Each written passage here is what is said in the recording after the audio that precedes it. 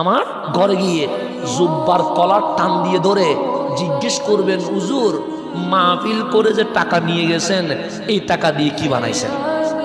অধিকার আছে না? আছে তো, কারণ আপনার টাকাটা কষ্টের। এটা রিক্সা চালানো, সেটা ব্যান গাড়ি চালানো, সেটা দোকান চালানোর অনেক পরিশ্রমের টাকা আমারে দিছেন।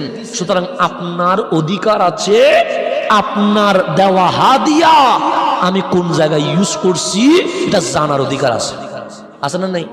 আচ্ছা, 5 বছর হিসাব নিবেন আমার থেকে যে আপনার পরিবার চালাইতে তার কোটি টাকা লাগে না।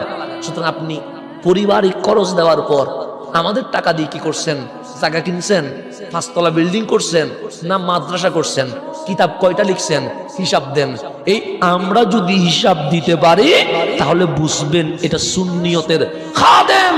আর যদি হিসাব দিতে না পারি তাহলে বুঝবেন সুন্নিয়তের নাম দিয়ে আমরা বড় দাঙ্গাবাজ।